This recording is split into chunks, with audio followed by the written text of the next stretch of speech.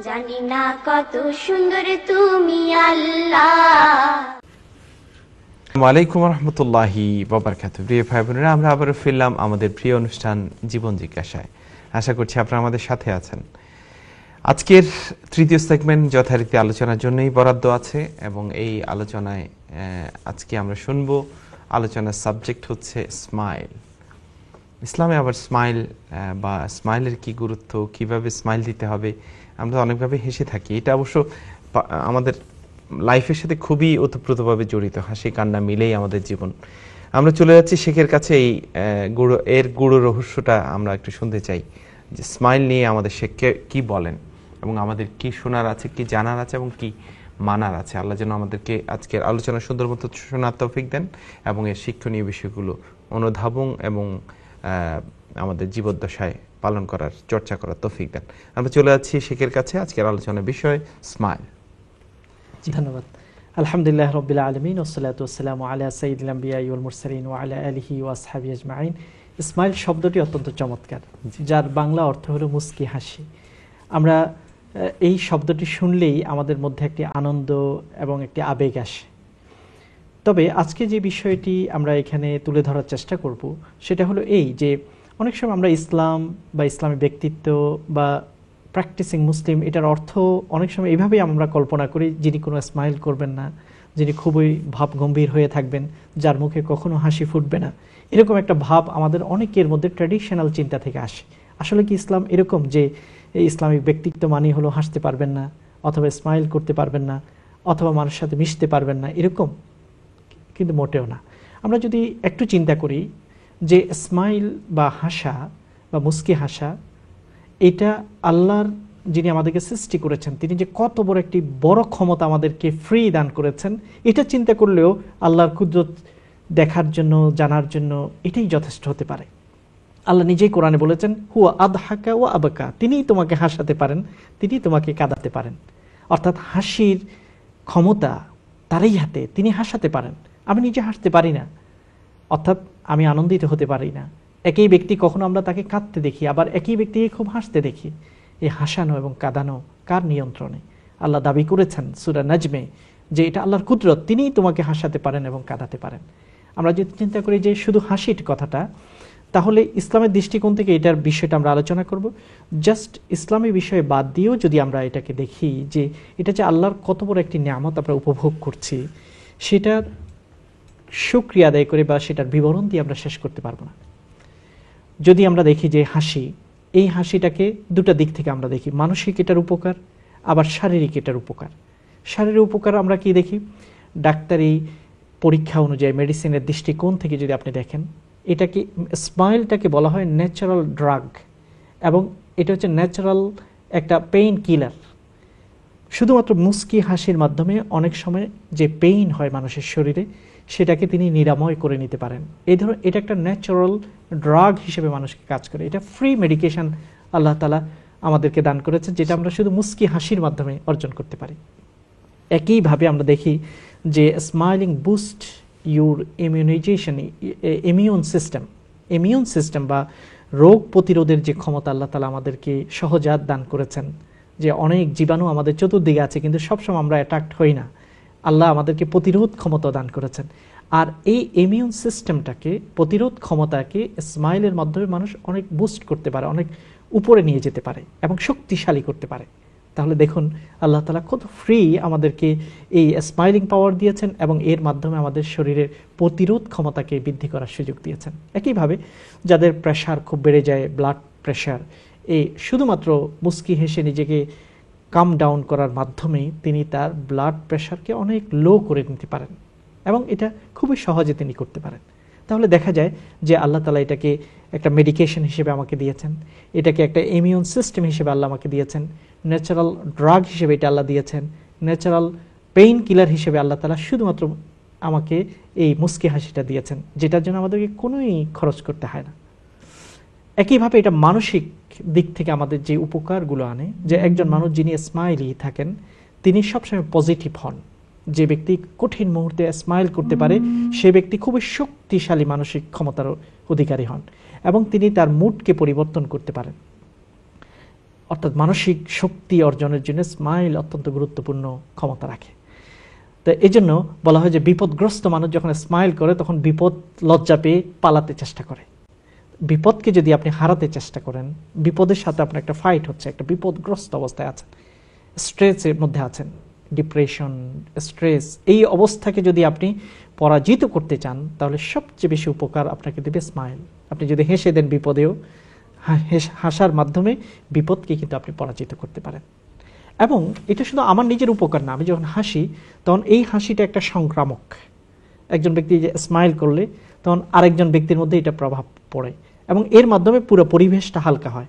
অনেক সময় আমরা যখন দেখি যে কোনো মিটিংয়ে খুবই উত্তপ্ত হয়ে উঠছে, তখন স্মাইলের মাধ্যমে সেটাকে কন্ট্রোল করা যায়। তাহলে স্মাইল এটা শুধু একজন ব্যক্তির উপকার নয়, একটা মিটিংকে আবার সৌন্দর্যের দিকে নিয়ে আসে এবং পুরা পরিবেশটাকে অত্যন্ত সহনীয় করে তোলা যায়। আমরা দেখি যে পৃথিবীতে সবাই চায় যে আমাকে দেখতে সুন্দর দেখাক, আমাকে মানুষ সুন্দর বলুক। বিশেষ করে যারা মহিলারা আছেন তারা নিজেরা চান যে আমি সবচেয়ে সুন্দরী এটাই যেন হয়। এবং এই জন্য মিলিয়ন মিলিয়ন পাউন্ড কিন্তু কসমেটিক্সের জন্য সারা পৃথিবীতে ব্যয় হচ্ছে। কিন্তু খুবই কোনো রকম কসমেটিক ছাড়া ন্যাচারাল কসমেটিক যেটা আল্লাহ আপনাকে দিয়েছেন স্মাইল, এটার মাধ্যমে কিন্তু আপনি দেখবেন যে আপনার সৌন্দর্যবোধকে বিকশিত করা যায়। একটা ফুল যেভাবে গোলাপ কুড়ি থেকে ফুটে উঠে তেমনিভাবে স্মাইলটা মানুষের সৌন্দর্যবোধকে একটা ফুলের মতো, গোলাপের মতো বিকশিত করে, তিনি যেই রকম লোক হন না কেন। তাহলে আমরা এই যে স্মাইলের যে শক্তি আল্লাহ আমাদেরকে দিয়েছেন, এটার মাধ্যমে আল্লাহ যে দাবি করেছেন যে আমি তোমাকে হাসাই, এই যে আল্লাহর এই শক্তিটা বা কত বড় নিয়ামতকে আমরা উপভোগ করছি, সেটাকে এভাবেই যদি আমরা কল্পনা করি তাহলে সুবহানাল্লাহ বলতে হবে, আলহামদুলিল্লাহ বলতে হবে এবং নিজে আল্লাহর দরবারে সিজদা অবনত হতে হবে। এবং এর মাধ্যমে আমাদের কোনো খরচ ছাড়া আমরা নিজের এবং অন্যের উপকার করতে পারি, শারীরিক এবং মানসিক শক্তিকে বৃদ্ধি করতে পারি। এবার আমরা দেখি যে আল্লাহ নবীর জীবনে আল্লাহ নবী কি খুব বেশি গরুগম্ভীর ছিলেন? তিনি কি কখনো হাসেননি, স্মাইল করেননি? এর উত্তর আমরা দেখি যে আল্লাহ নবী ছিলেন খুবই হাসি খুশি এবং আল্লাহ নবীর চেহারাতে তিনি তাবাসসুম বা ইবতিসামা বা মুস্কি হাসি তিনি করতেন। আল্লাহ নবী কি বলেছেন আমাদেরকে? একটি হাদিস মুসলিম শরীফে আছে, ইন্নাকুম লান তাসআউ আন-নাস বিআমওয়ালিকুম ফালইয়াসাহুম মিনকুম বাসতুল ওয়াজহি ওয়া হুসনুল খুলুক। তোমরা প্রতিটি মানুষকে খাওয়াতে পারবে না, প্রতিটি মানুষকে টাকা বিতরণ করে তাদেরকে সহযোগিতা করতে পারবে না, কারণ আমাদের মানুষ যতই সম্পদশালী হোক সেটারও একটি লিমিটেশন আছে। কিন্তু তুমি যেটা দিয়ে মানুষকে সবাইকে সহযোগিতা করতে পারো, খুশি করতে পারো, সেটা হলো তোমার হাসি। মুস্কি হাসি আমি সবাইকে দিতে পারি এবং তার মাধ্যমে কিন্তু আমি সবাইয়ের উপকার করতে পারি। কিন্তু আমি হয়তো সবাইকে খাওয়াতে পারবো না, এতটুকু তৌফিক আমার নেই, অথবা সবার মধ্যে সম্পদ আমি বন্টন করতে পারবো না, কিন্তু হেসে আমি সবাইকে আনন্দ দিতে পারবো এবং সুন্দর চরিত্রের মাধ্যমে আমি মানুষকে খুশি করতে পারবো। বাসতুল ওয়াজ মানে খোলামেলা চেহারা, গুরুগম্ভীর না থাকা, অন্ধকারোচ্ছন্ন চেহারা নয়, হাসি মুখে উজ্জ্বল চেহারা করে রাখা। এবং আল্লাহ নবী বলেছেন যে তাবাসসুমুকা ফি ওয়াজহি আখিকা সাদাকা, তোমার ভাইয়ের চেহারার দিকে তাকিয়ে তুমি যখন মুস্কি হেসে দাও তাতেও আল্লাহ তাআলা তোমাকে সাদাকা করার সওয়াব দান করেন। তাহলে আমি কোনো পয়সা খরচ করা ছাড়া সাদাকা করার সওয়াব আমি পেয়ে যাই। এবং জারীর ইবনে আব্দুল্লাহ রাদিয়াল্লাহু তাআলা আনহু তিনি বলেন, মা হাজাবানি নবী সাল্লাল্লাহু আলাইহি ওয়াসাল্লাম ওয়ালা রাআনি ইল্লা তাবাসসামা ফি ওয়াজহি, রাওয়াহুল বুখারী। বুখারী শরীফে আছে, জারীর ইবনে আব্দুল্লাহ বলেন যে কখনো আল্লাহ নবী থেকে যদি একটু দূরে আমি তার চেহারা থেকে, তার দৃষ্টি থেকে আমি একটু দূরে সরলাম, আবার যখন তার দৃষ্টির সামনে আমি পড়তাম তখনই দেখতাম আল্লাহ নবীর চোখে চোখ পড়লেই তিনি আমার দিকে তাকিয়ে মুস্কি হাসতেন। কখনো আমি দেখিনি যে আল্লাহ নবীর চেহারা চোখে চোখ পড়েছে অথচ তিনি মুস্কি হাসেননি, এটা আমি কখনো দেখিনি। তাহলে আল্লাহ নবীর কি সুন্দর চরিত্র ছিল যেটা আমাদেরকে আল্লাহ নবী শিখাতে চেয়েছেন। এবং আল্লাহ নবীর এই মুস্কি হাসি নিয়ে এমনকি আল্লাহ নবী অনেক সময় এত সুন্দর করে হেসেছেন যে তার পাশের দাঁত পর্যন্ত বিকশিত হয়েছে।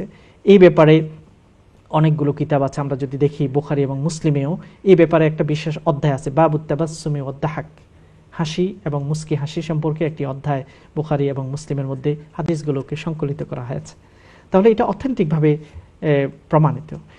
শাইখ আল গামারি তিনি একটি কিতাব লিখেছেন, আল শাওয়ারিকুল আনওয়ার আল মুনিফা বিযুহুরিন নওয়াজিজ আশ শরীফা, অর্থাৎ আল্লাহ নবী যখন হেসেছেন তার দাঁতগুলো বিকশিত হয়েছে কখনো কখনো, কি কি ঘটনাতে তিনি বিশেষ করে হেসেছেন।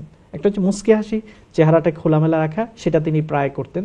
আবার কখনো হেসেছেন, যখন হেসেছেন তখন তিনি দাঁত বিকশিত হয়েছে, সেই ঘটনাগুলোকে তিনি এই কিতাবে সংকলিত করেছেন। হযরত ওমর রাদিয়াল্লাহু তাআলা আনহুকে জিজ্ঞাসা করা হলো, হাল কানা আসহাবু রাসূলিল্লাহি সাল্লাল্লাহু আলাইহি ওয়াসাল্লাম ইয়াদহাকুন, আল্লাহর নবীর সাহাবীরা কি হাসতেন? তখন আল্লাহর নবী হযরত ওমর কি উত্তর দিলেন, নাম ওয়াল ঈমানু ওয়াল্লাহি আযবাতু ফি কুলুবিহিম মিনাল জাবালির রাওয়াসি, আল্লাহর কসম তারা হাসতেন, তবে তাদের ঈমান এত শক্তিশালী ছিল, যেটা হলো বড় পাহাড়ের মতো শক্তিশালী ঈমান তাদের অন্তরে ছিল। এটা নয় যে হাসির কারণে ঈমান তছনছ হয়ে যাবে, এরকম ঈমান তাদের ছিল না, অত্যন্ত শক্তিশালী ছিল। সাম্মাক ইবনে হার বলেন, কুলতু লি জাবির ইবনে সামরা, আমি জাবির ইবনে সামুরাকে জিজ্ঞাসা করলাম, আকুনতা তুজালিসু রাসূলুল্লাহি সাল্লাল্লাহু আলাইহি ওয়াসাল্লাম, তুমি কি আল্লাহর নবীর সাথে কখনো কোনো মজলিসে, কোনো বৈঠকে তিনি বসতে? তিনি বলেন, নাম কাসীরান, অনেক সময়। আল্লাহর নবী যখন নামাজ আদায় করতেন, সকালের নামাজ, তখন তিনি তার জায় নামাজে থাকতেন সূর্য ওঠা পর্যন্ত। যখন সূর্য উঠে যেত তিনি উঠে যেতেন, কোনো কোনো হাদিসের নামাজের কথা আছে। তারপরে তারা কথাবার্তা বলতেন, এমন কথাবার্তা বলতেন যে কখনো কখনো সাহাবায়ে কেরাম উপস্থিত যারা ছিল তারাও হাসতেন কিংবা মুস্কি হাসতেন, এবং মুসলিম শরীফে এটা বর্ণিত হয়েছে। তবে এটা মনে রাখতে হবে যে অতি মাত্রায় উচ্চ স্বরে হাসাহাসি করে এটা ইসলাম গ্রহণ করে না। এবং আল্লাহ নবী বলেছেন, কাসরাতুদ দাহাক তুমিতুল কলব, অতি মাত্রায় হাসা। একটা হচ্ছে হাসি খুশি চেহারা রাখা, আরেকটা হচ্ছে অতি মাত্রায় হাসাহাসি করা, এটা অন্তরকে মেরে ফেলে, অন্তরের যে স্পিরিচুয়াল পাওয়ার আছে এটাকে ধূলিসাৎ করে, সেটা অন্য বিষয়। কিন্তু চেহারাকে হাসি খুশি রাখা, এটা আমাদের শারীরিক এবং মানসিক সব দিকে উপকার, এবং আমরা সাদকা সওয়াবের মাধ্যমে পেতে পারি। আজকের আলোচনার দ্বারা এটাই উদ্দেশ্য যে আমরা অপরকে খুশি রাখার চেষ্টা করব এবং নিজেকে খুশি রাখার চেষ্টা করব, এবং পাশাপাশি আল্লাহ যে উদ্দেশ্যে দুনিয়াতে আমাদেরকে প্রেরণ করেছেন সেই উদ্দেশ্যকে সফল করার চেষ্টা করব। আল্লাহ যে এত বড় পাওয়ার হাসি ও মুস্কি হাসির সুযোগ এবং শক্তি আমাদেরকে দিয়েছেন, তারই জন্য আমরা সকল শুকরিয়া পেশ করছি। আল্লাহ যেন আমাদের এই শুকরিয়াকে কবুল করেন, আমিন। প্রিয় ভাই বোনেরা, চমৎকার স্মাইলের উপর যে আলোচনা আমরা শুনলাম, আশা করছি আমরা আমাদের জীবদ্দশায় এটার অনুধাবন করব এবং একে চর্চা করব। আল্লাহ যেন তৌফিক দেন এই চমৎকার নিয়ামতকে সুন্দরভাবে ব্যবহার করার। আমরা যাচ্ছি আরেকটি ছোট্ট বিজ্ঞাপন বিরতিতে। বিজ্ঞাপন বিরতির শেষে আবারও ফিরছি ইনশাআল্লাহ সর্বশেষ সেগমেন্টকে সাথে করে। আশা করছি আপনারা আমাদের সাথে থাকবেন। আসসালামু আলাইকুম ওয়া রাহমাতুল্লাহি ওয়া বারাকাতুহু। আসমান সুন্দর, জমিন সুন্দর, সুন্দরী সুন্দরী পাল্লা, জানি না কত সুন্দর তুমি আল্লাহ। আপনারা দেখছেন ইসলামিক প্রশ্নোত্তরমূলক অনুষ্ঠান জীবন জিজ্ঞাসা উইথ এনটিভি। সৌজন্যে আলাউদ্দিন সুইটস অ্যান্ড কেকস, শ্যাডল, ওয়েটনি মার্কেট, হিজাজ ট্রাভেল এবং আলপনা ফ্যাশন হাউস, বার্মিংহাম।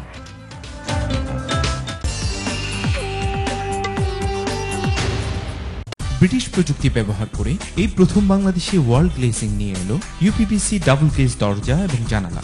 আমাদের রয়েছে ইউভি প্রোটেকশন, যা বিশেষভাবে বাংলাদেশের ওয়েদারের উপর সামঞ্জস্য রেখে তৈরি। আমরা দিচ্ছি 10 বছরের গ্যারান্টি। আমাদের সাথে যোগাযোগ করুন www.wallglazing.com। প্রতাপ ফ্যাশনসে এখন চলছে সিমিজ কালেকশনের বিশাল সেল। উন্নত মানের এবং আধুনিক ফ্যাশনের মহিলাদের দেশি আউটফিটস কেনার জন্য আজই আসুন 277B green street, London. Lincoln law associates, immigration and human rights law specialist, professional service at affordable ফিস।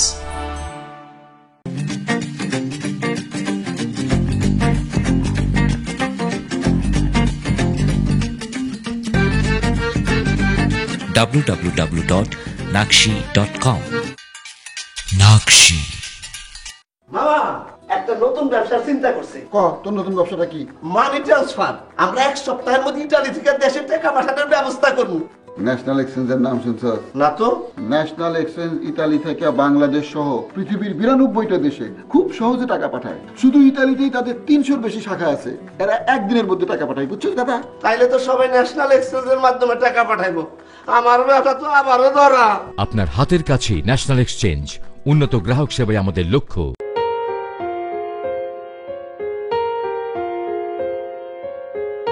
हम तेरे बिन अब रह नहीं सकते, तेरे बिना क्या वजूद मेरा। Gold City Jeweler, the most recommended Asian jeweler, also specialist in diamond and platinum jewelry. 367 Stratford Road, Spark Hill, Birmingham. Gold City. Flight কনসেপ্টে এবার কাতার এয়ারলাইন্সে বিশেষ অফার চলছে। এই সুযোগ সীমিত সময়ের জন্য। Flight concept 131 Whitechapel road, London E1 1DT। Phone 0207-375-0055।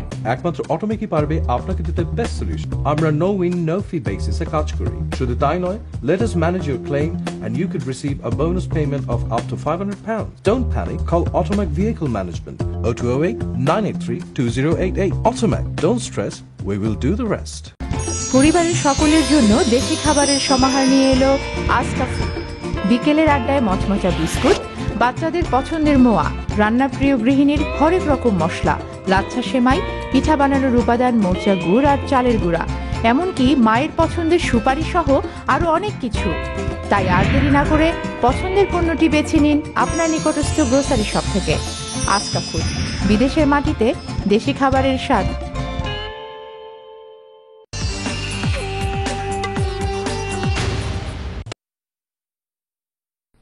এখন প্রচারিত হবে এশার আজান।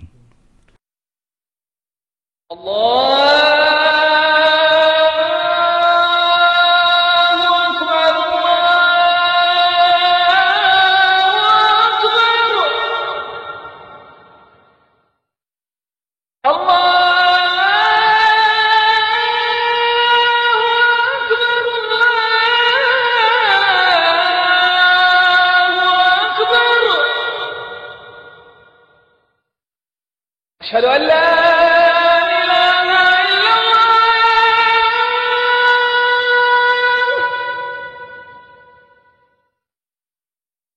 أشهد أن لا إله إلا الله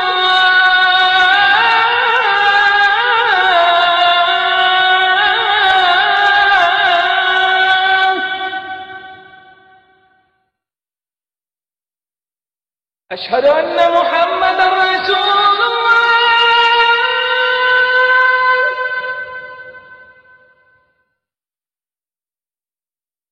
أشهد أن محمدا رسول الله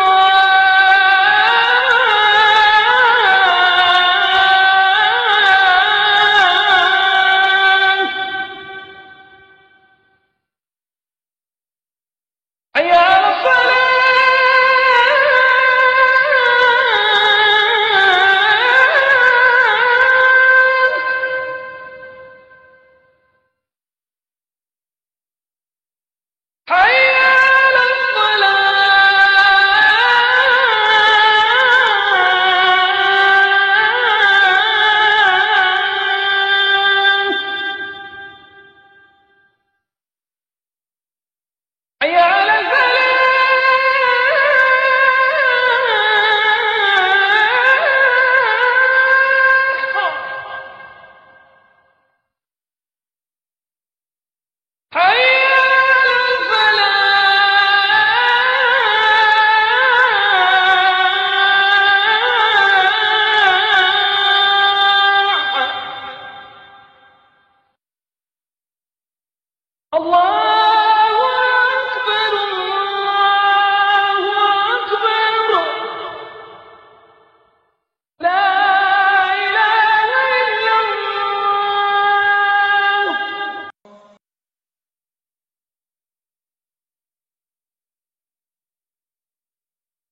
اللهم رب هذه الدعوة التامة والصلاة القائمة آت محمدا الوسيلة والفضيلة والدرجة الرفيعة وابعثه مقاما محمودا الذي وعدته وارزقنا شفاعته يوم القيامة إنك لا تخلف الميعاد. الصلاة والسلام عليك عليك يا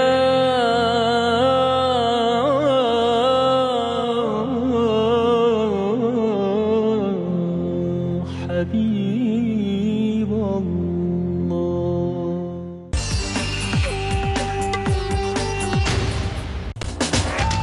আপনারা দেখছেন ইসলামিক প্রশ্নোত্তরমূলক অনুষ্ঠান জীবন জিজ্ঞাসা উইথ এনটিভি। সৌজন্যে আলাউদ্দিন সুইটস অ্যান্ড কেকস, শ্যাডল, ওয়েটনি মার্কেট, হিজাজ ট্রাভেল এবং আলপনা ফ্যাশন হাউস, বার্মিংহাম। আসমান সুন্দর, জমিন সুন্দর, সুন্দরী সুন্দরী পাল্লা, জানি না কত সুন্দর তুমি আল্লাহ। আসসালামু আলাইকুম ওয়া রাহমাতুল্লাহি ওয়া বারাকাতুহু। প্রিয় ভাই বোনেরা, আমরা আবারও ফিরলাম আমাদের প্রিয় অনুষ্ঠান জীবন জিজ্ঞাসায়। সর্বশেষ সেগমেন্টে এসে উপস্থিত হয়েছি, আশা করছি আপনারা আমাদের সাথে আছেন। আমরা হজের কাছাকাছি সময়ে এসে উপস্থিত হয়েছি। অনেকেই বিশেষ করে বাংলাদেশে দেখলাম যে হজের ফ্লাইট শুরু হচ্ছে, এখান থেকেও কিছুদিনের ভিতর হয়তো শুরু হয়ে যাবে। তো আমরা এক বোন হজের বিষয়ে একটা প্রশ্ন করেছেন। তিনি বলছেন যে হজের টাইমটাতে ওনাদের নিয়মিত যে পিরিয়ডটা হয় সেটাকে স্টপ করার জন্য যদি কোনো পিল বা এরকম কোনো ঔষধ ওনারা নেন বা এটা প্রোটেকশন করেন, এটাতে কোনো গুনাহ বা এটাতে কোনো সমস্যা আছে কিনা বা এটা ইসলাম অ্যালাউ করছে কিনা, এটা ঠিক কিনা, এটা আমরা একটু শেখের কাছ থেকে জানতে চাইবো। অনেক বোনের জন্য আশা করছি এটা উপকার হবে। ধন্যবাদ। আসলে এটার কোনো প্রয়োজন নেই। মেডিকেশন দিয়ে আপনি ন্যাচারাল যে পিরিয়ড হয় সেটাকে বন্ধ করার কোনো প্রয়োজন নেই। কারণ আল্লাহ তো ইসলামের বিধানটা মহিলাদের জন্য দিয়েছেন, আর আল্লাহ তো জানেন যে তাদের একটা ন্যাচারাল একটা পদ্ধতি আছে, এবং এরকম কিছু হয়ে গেলে তাদের কি করতে হবে তারও কোনো সলিউশন ইসলামে আছে। যেমন আমরা দেখি হযরত আয়েশা রাদিয়াল্লাহু তাআলা আনহা আল্লাহর নবীর সাথে বিদায় হজ করেছেন। একদিন আল্লাহর নবী তাঁবুতে প্রবেশ করে দেখলেন হযরত আয়েশার মনটা খুব ঘুমড়ো, তিনি মন খুব খারাপ করে আছেন। তখন তাকে জিজ্ঞাসা করলেন, কি ব্যাপার আয়েশা? তখন হযরত আয়েশা বললেন যে আমি তো আর হজ করতে পারবো না, আমার তো পিরিয়ড হয়ে গেছে। আল্লাহ নবী বলছেন, না, কে বললো তোমার?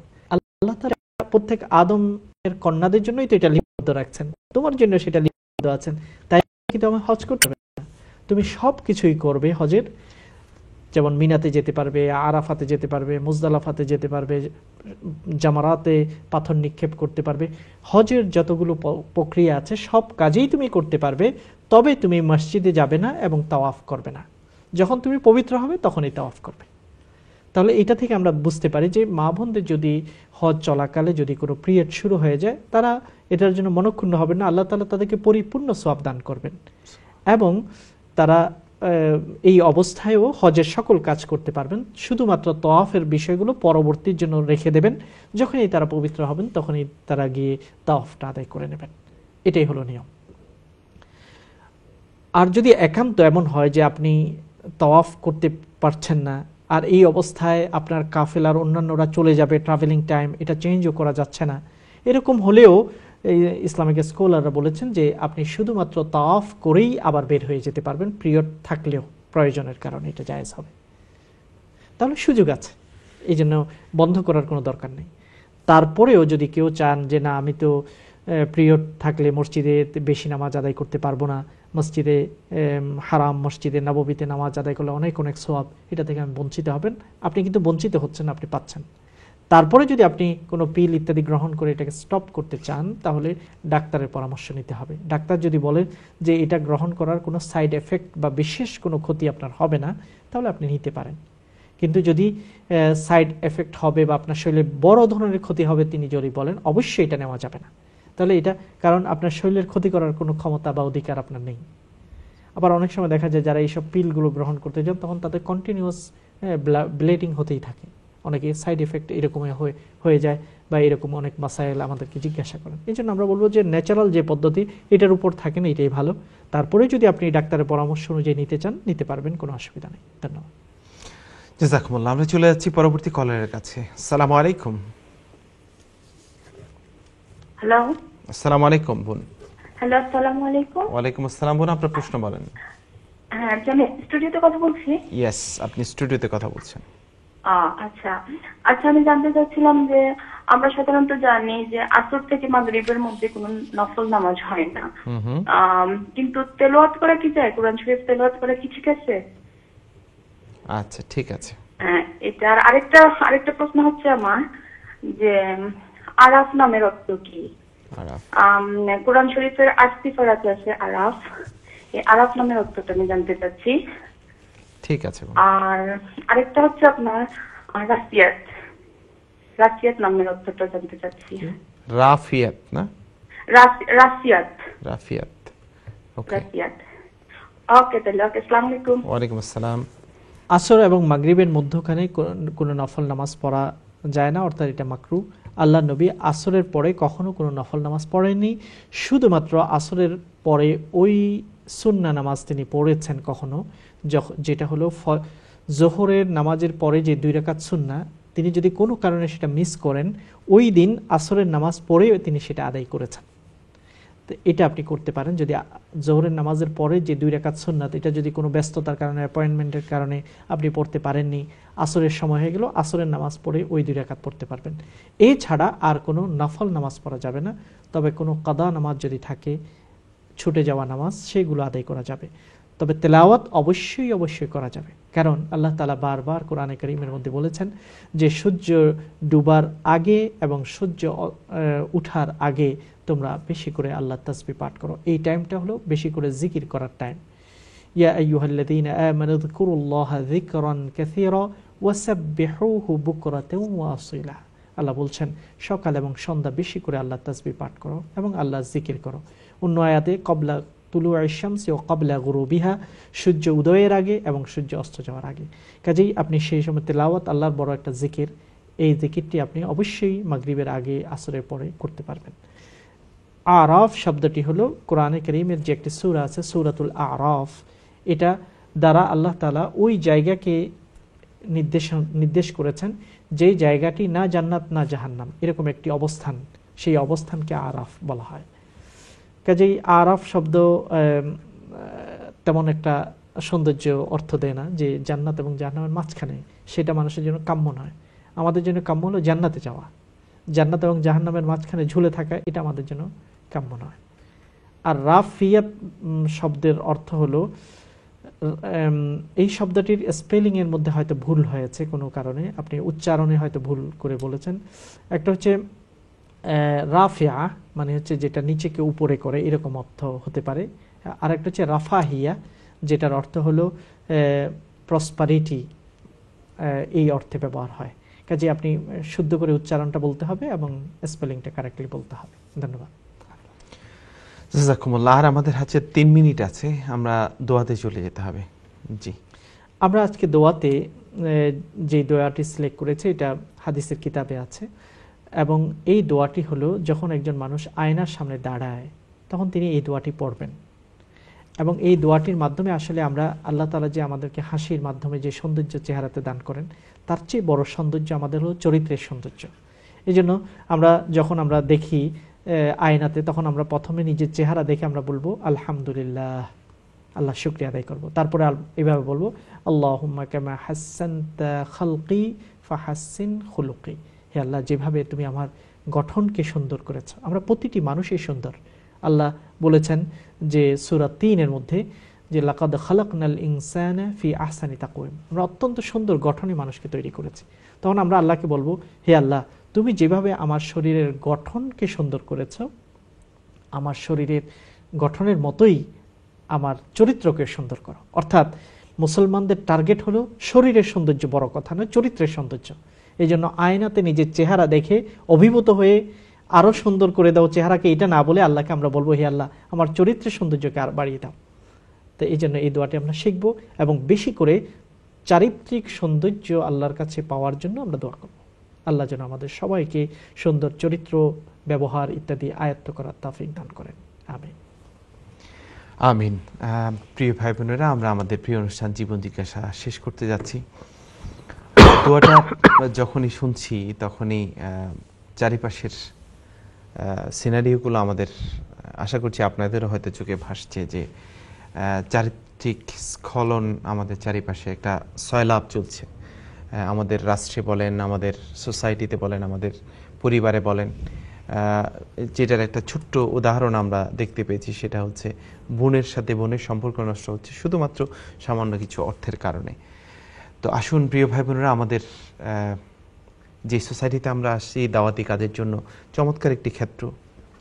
এখানে আমরা আমাদের চারিত্রিক উৎকর্ষতার মাধ্যমে এই সোসাইটিকে আলোকিত করতে পারি, আমাদের চারিপাশকে আলোকিত করতে পারি। আল্লাহ যেন আমাদেরকে দয়া করে এই চমৎকার বিষয়টি অনুধাবন করার এবং চারিত্রিক সৌন্দর্য আমাদের জীবদ্দশায় এটার প্রতি আমরা যেন আকৃষ্ট হতে পারি, এটার প্রতি যেন আমরা চর্চা করতে পারি। আল্লাহ যেন সেই তৌফিক দেন। আল্লাহর কাছে এই তৌফিক কামনা করে আমরা শেষ করছি আমাদের প্রিয় অনুষ্ঠান জীবন জিজ্ঞাসা।